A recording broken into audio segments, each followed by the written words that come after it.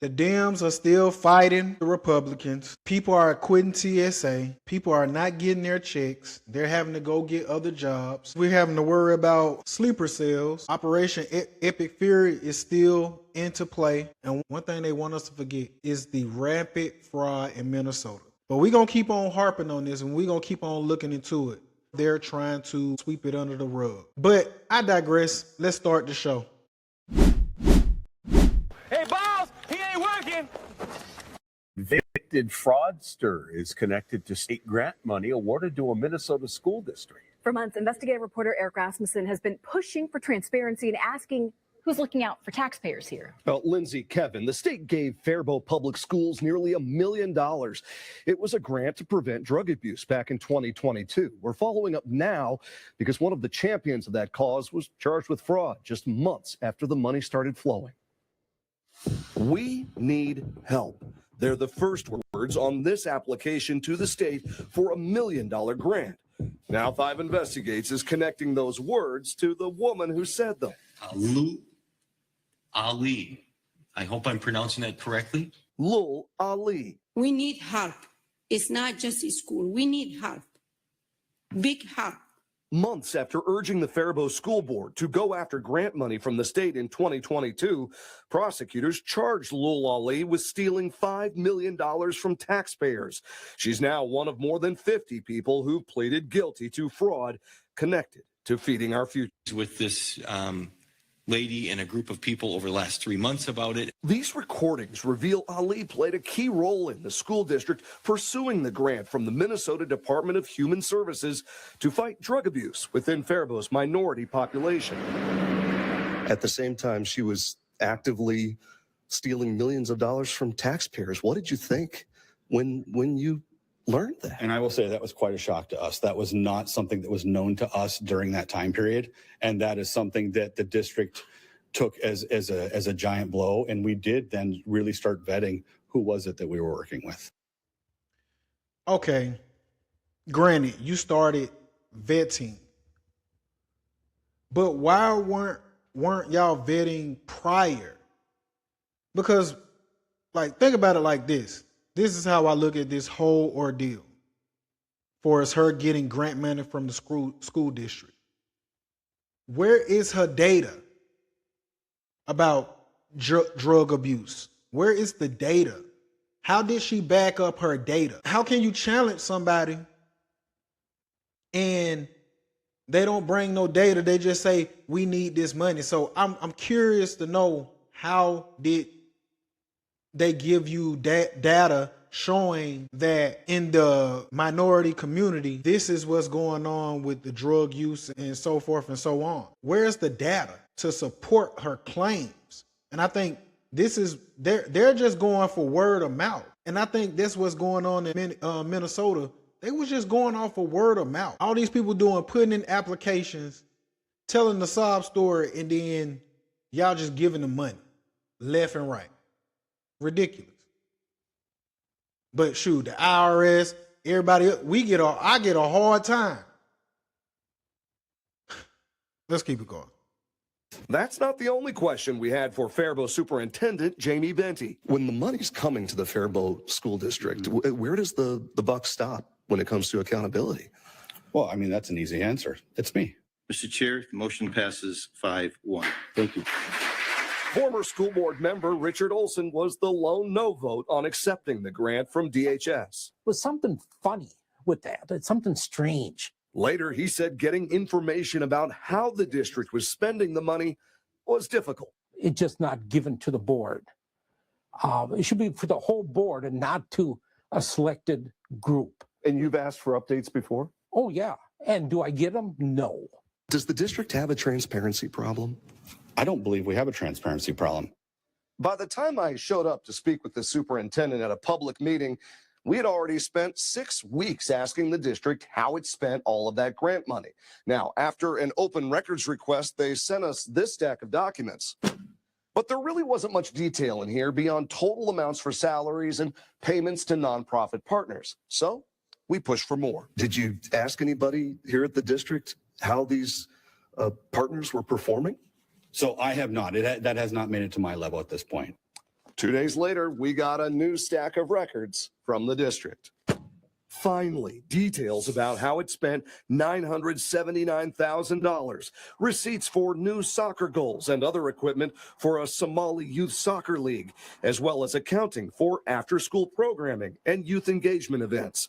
All of that is supposed to be collected by Now I say it like this. They know how to use the system and work it for themselves. And it's crazy because you almost can't blame them, because we, the people, have allowed these activities to go on for so long, especially in Minnesota.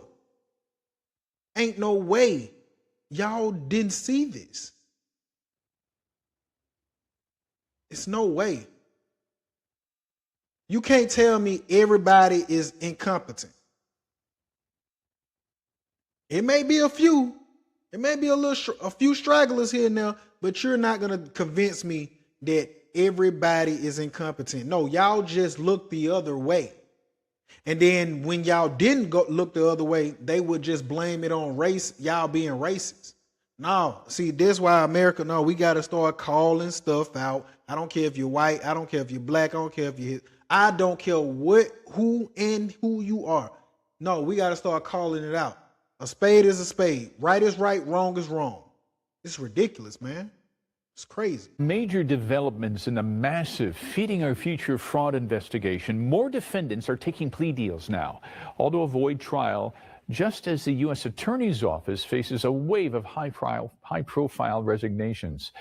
As our Mary McGuire has been digging into this and has the latest on the legal fallout and the questions being raised about the government staffing. It appears at least 7 defendants in the massive Feeding Our Future fraud scheme have taken plea deals from the government and are avoiding trials. This all coming after a large exodus from the U.S. Attorney's Office overseeing that case.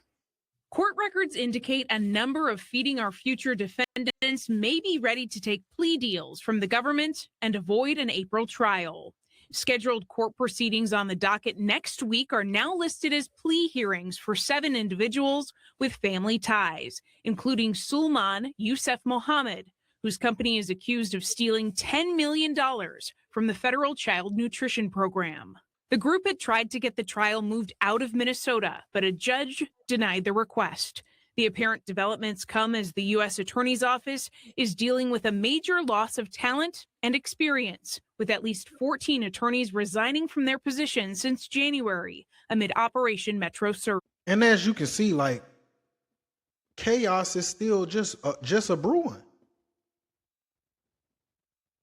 No one was held accountable. No one has been held accountable. And now, a few weeks ago, now, Tim Walz, you want to come out and bring in outside help? You want to now usher in a new proposal when you finna get kicked to the side? This would have still been going on if we didn't have the Nick Shirleys of the world. People really start looking into the fraud in Minnesota. This would have still been going on for probably decades. This is preposterous. This is crazy. Autism fraud scheme in Minnesota. The defendant accused of paying kickbacks to recruit children, fake diagnoses, and bilking the Medicaid system. It is a case Lou Raguse first broke in September. He joins us with details from the newsroom. Lou? Julie, this was a $6 million scheme run by a man who was just 22 years old when he opened this supposed autism clinic, Star Autism Center, in St. Cloud. Abdi Najib Youssef admitted that his he called them investors, brought in unqualified staff, family members as young as 18 to do medical services. And then they recruited children from Somali families to receive services in return for kickbacks, which were also paid with taxpayer money. Many of the kids didn't even have autism, but Youssef admits they fraudulently got those diagnoses. After 4 years, Star Autism Center had racked up $6 million in reimbursements. Youssef sent $200,000 to Kenya and spent $100,000 on a Freightliner semi. He did not say how much of the $6 million he kept for himself. Now, Yusuf is only the second suspect charged in what is believed to be a wide-ranging fraud scheme among autism centers. Both of these suspects have now pleaded guilty. In court today, though, prosecutors said that they plan to indict Yusuf's so-called investors who are involved with him on this scheme. He'll face about 5 years in prison when he eventually is sentenced, Julie. Well, Lou, one of the most frustrating things, and there's so many, about these cases is it's $6 million and all we know he has to show for it is maybe a $100,000 semi. I mean, do we know if there's any ability to claw some of this back? That's right. It's too early to say in this particular case, Julie, because they haven't divided up how much money each particular person is responsible for and where that money is. Is it in bank accounts? Is it in real estate? Is it anything they can actually get? We don't know that yet. And these other people that will be indicted in this case, the so-called investors, is this a case where he maybe was a lower rung on the ladder and these are higher rungs on the ladder? Well, they maybe knew more of what they were doing, but he was the only owner and CEO of this company that registered with the Secretary of State's office and the very same day was approved to be a provider by the Minnesota Department of Human Services. All right. You can't work with everybody. This is the same thing I was just talking about with Jasmine Crockett. You can't help everybody. And then at the end of the day, they talking about, are we going to get this money back? We ain't going to see this money. We are not going to see this money come back to the United States. All they've been doing is funneling all these resources and sending it back home. That's why we should, we need to start monitoring our immigration system.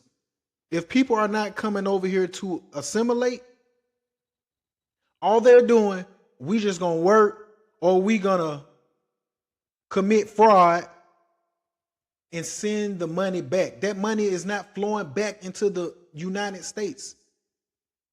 It's going wherever it's going, whether it's Kenya, Somalia, wherever. I don't know, wherever it's going. And it's not being funneled back into the United States. It's being funneled over there. It's circulating over there in other countries. So I don't see us getting this money back. This is just foolishness. This is just crazy, man. And we didn't sit here and let it happen. We have sat here and let this happen. But now I want to get off into the big story of today about Minnesota hiring a outside company, Optum, to audit their records. Let's go.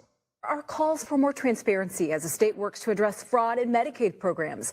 A consultant identified millions of dollars in payments that didn't meet DHS policies. But that report was heavily redacted, meaning information was not shared with the public. And as Callan Gray reports, lawmakers feel they're being left in the dark as they work to put safeguards in place. Callan is live at the state capitol.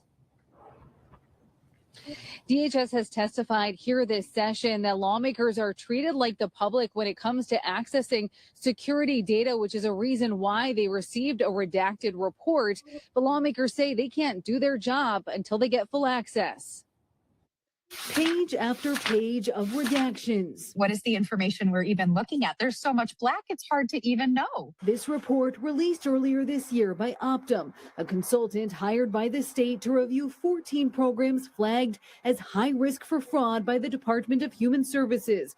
Optum outlining vulnerabilities and policy recommendations, line after line covered in black. What were the concerns that they saw, and what would be the solutions to those concerns? DFL Representative Kim Hicks voted for a bill this week to require the release of the full unredacted report to legislators.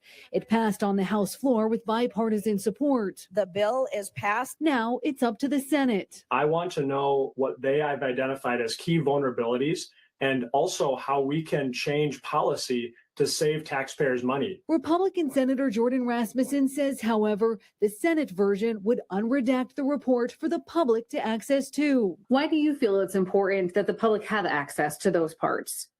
Minnesotans are asking, how did billions of their hard-earned tax dollars go to criminals instead of Minnesotans who need our human services programs? And they deserve answers. But Hicks says there's a reason the House version moved forward with public access limits. If the information tells fraudsters how to get around our systems, I'm not sure I want that to be public, especially if we haven't been able to fix the system. She says public access Wait a minute. So you're going to release it to the public, but you don't, it's redacted because of what? You don't want them to see things. Hey, the fraudsters already ahead of the curve. They didn't already beat y'all to the punch too many times. Enough of that. No, just put it out. If you can't combat it, if you couldn't combat it back then, you definitely ain't gonna be able to combat it now. How does this give them a leg up when they already had a leg up on y'all all these years? So I think that's a bunch of crock. No, just put out the information, unredacted. As long as it ain't telling somebody's, some personal information that we shouldn't know. Other than that, no, put it out there. Would come later. For now, We really do need the information. Those policy recommendations could help us make the right decisions to stop the fraud and to hold those responsible. As you can see, we just keep on getting layers and layers uncovered, whether it's in the health field, in the SNAP department, in all their systems. Fraud has been regulated throughout all their systems. And everybody was turning a blind eye. Even their legislators, I would say. Because there's no way y'all sit here and let this happen for this long without doing anything. Now that Trump said something, now that Nick Shirley and others have came out and said something, now y'all want to do the work when this should have been done years and years ago, especially when they first found out about the fraud. Now you want, see, this is what I'm saying. People like to kick the can down the road instead of going ahead and isolating the situation. For years, for example, president after president after president been kicking the can down the road when it came down to Iran.